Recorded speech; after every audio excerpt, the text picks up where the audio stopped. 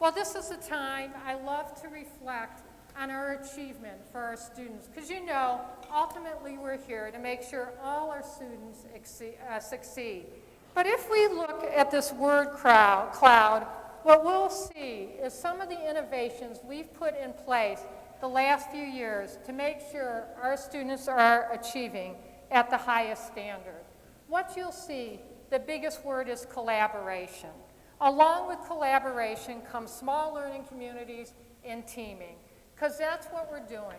So we can look at our students' data, and we can make sure for those who need to be accelerated, they get accelerated. For those right on track, we keep them on track and move into acceleration.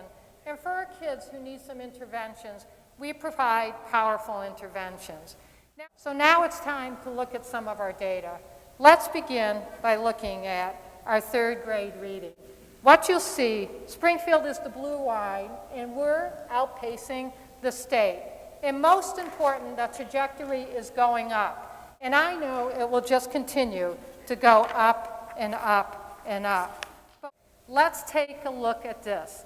This is our third grade reading for our Hispanic students. And what you're going to see is our students have reduced by 38%. There's been a 38% reduction of students in the low and very low category compared to 9% at the state.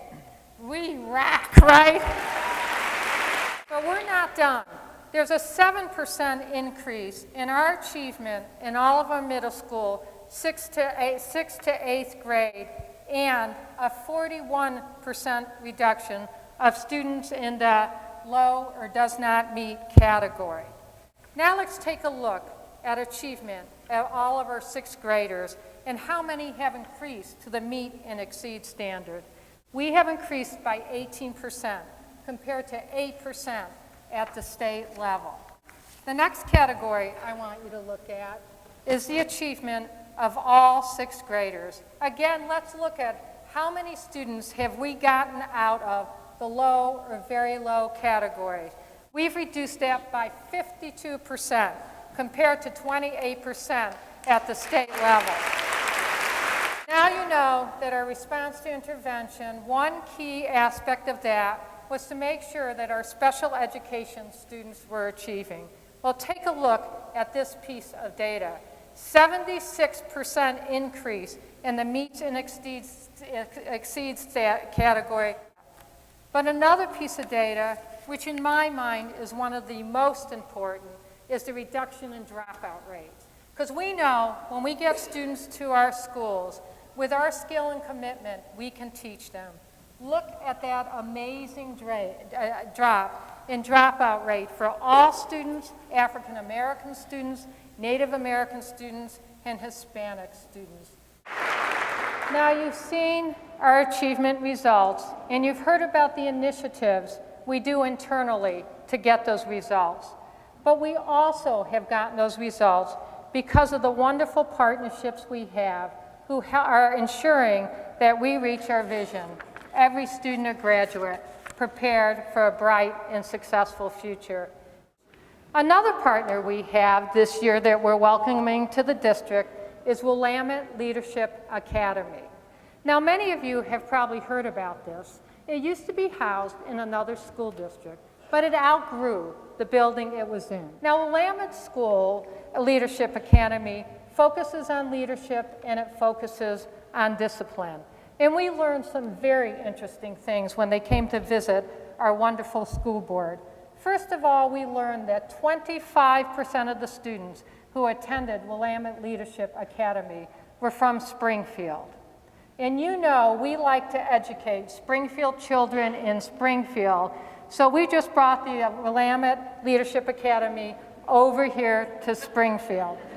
You also know that we believe all students can learn, but not on the same day and not in the same way. And if we're going to get all students to that standards, we need to offer choices. Yes, most of our students learn in our comprehensive high schools or middle schools, but some need a different kind of education. Now, our Academy of Arts and Academics also is offering a new program, and that's the Health and Science Campus that will be opening this year. Now, what is this Arts and Science Campus about? What is unique that gives another choice to students?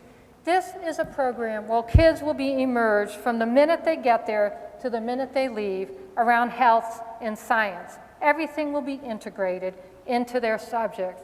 There'll be extensive internships out at our hospitals, at our universities, working with scientists. This year, Hamlin Middle School will become our first mid-college program. Well, what's unique about the mid-college program? Well, one of the most unique aspects is that it's a social compact between the people who work at our school, the districts, and the parents. Our parents are going to sign saying that we'll help ensure our kids get to school 95% of the time. And we'll help too. We'll have Saturday schools for kids who go below it. We'll have night school for kids who go below it. We'll do whatever it takes to get our students there 95% of the time. And in exchange, once they're there, we're saying our deal is that we'll make sure they have the skills so they can earn college credits in high school. You know, for many of our families, college is expensive. And if they could get a year of college under their belt in high school, well, then they're well on their way to a college education. So this year, we'll begin our first ever mid-college at Hamlin Middle School. So in closing, tomorrow the kids start coming back to school. And what I want to tell you is you're an amazing group of people. I couldn't think of a better group of people to educate my first grandchild or any child.